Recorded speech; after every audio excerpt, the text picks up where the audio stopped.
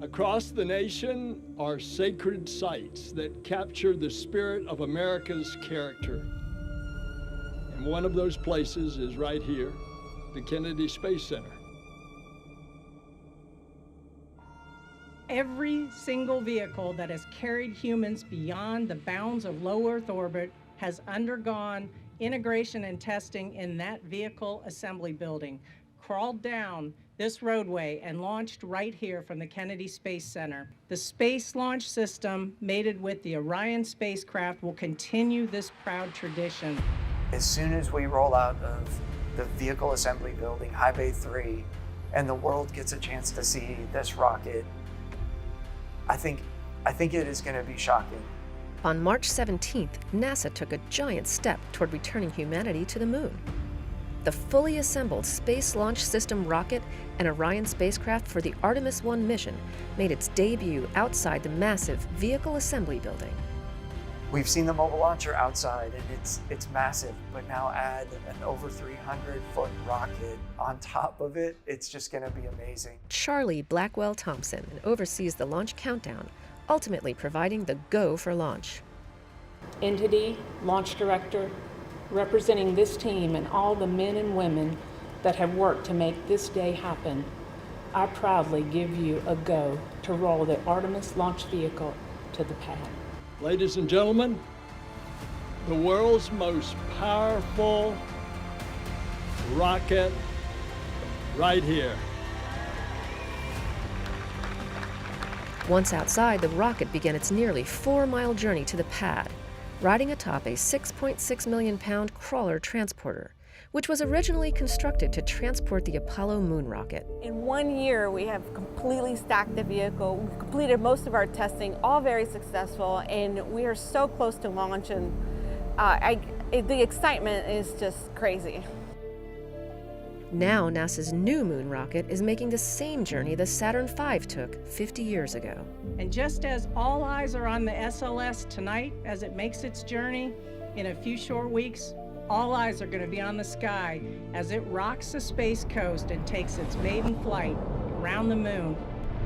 It is amazing to see the culmination of all of this work of many years from many industries and many people that have come and go, to have a chance to then now see their work going over to the pad and then launching to go to the moon. The rocket is rolling to historic Launch Complex 39B.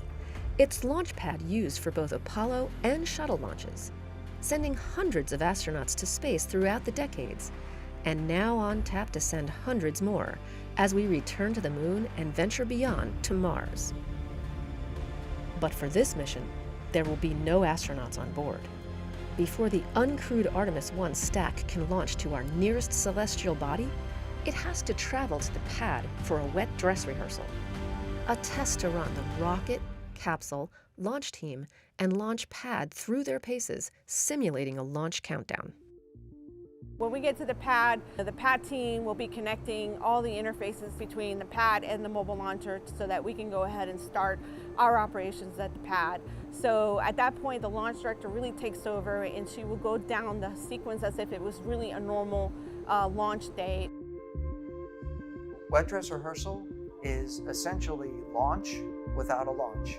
It is really the reason we're doing it is to verify and validate all of the pieces that go into launch countdown. So wet dress is really our opportunity to find any issues or adjustments that we need to make in our launch countdown. For Artemis 1, the wet dress rehearsal is the final and most critical test before the rocket can return to the launch pad for liftoff to the moon.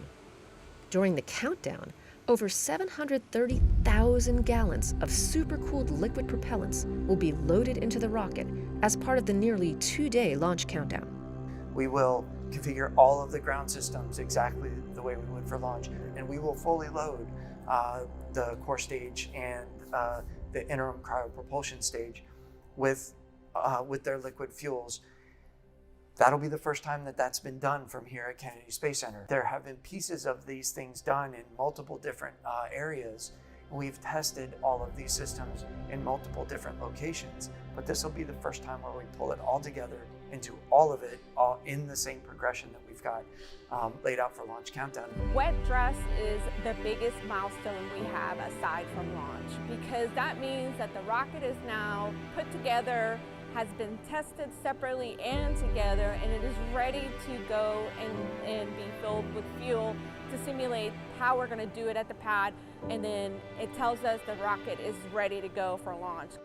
And behind that wet dress rehearsal is a launch team made up of hundreds of engineers monitoring each system of the 320-foot-tall Artemis 1 rocket and capsule. Sitting in Firing Room 1 is the core launch control team, monitoring hundreds of launch commit criteria to ensure the ground systems and flight hardware are ready for launch. Now you would think that launch control team in Firing Room 1 is it, that's all you need. We have an expansive support team across really the entire NASA enterprise that is supporting us on launch day. And that support spans the entire nation, from additional systems engineers sitting in Kennedy's Firing Room 2, to the flight control team at Johnson Space Center in Houston, to the contractors responsible for designing and building each segment of the rocket and capsule. This team is really shaping up to be a great, very skilled and ready to operate and execute launch for Artemis 1. With the Artemis 1 launch team now fully certified and the wet dress rehearsal complete, SLS and Orion are ready for their final pit stop, returning to the VAB before venturing back to Launch Pad 39B for liftoff. I mean, we are going, and we're going together, and we're having an opportunity to do this in a new generation of space exploration in which I can say that I'm honorably a part of. You know, you come every day to the VAB and you see the rocket and you can't believe what we have accomplished. People throughout history have always explored, and you never know what you're going to learn. Exploration is not always about the destination, but it's the path that you travel, the things you learn along the way. And the things we're going to learn are going to be incredible. We can't even begin to understand what those are today. Our workforce has been a relentless spirit. We imagine, we build, we never stop pushing the envelope of what is possible.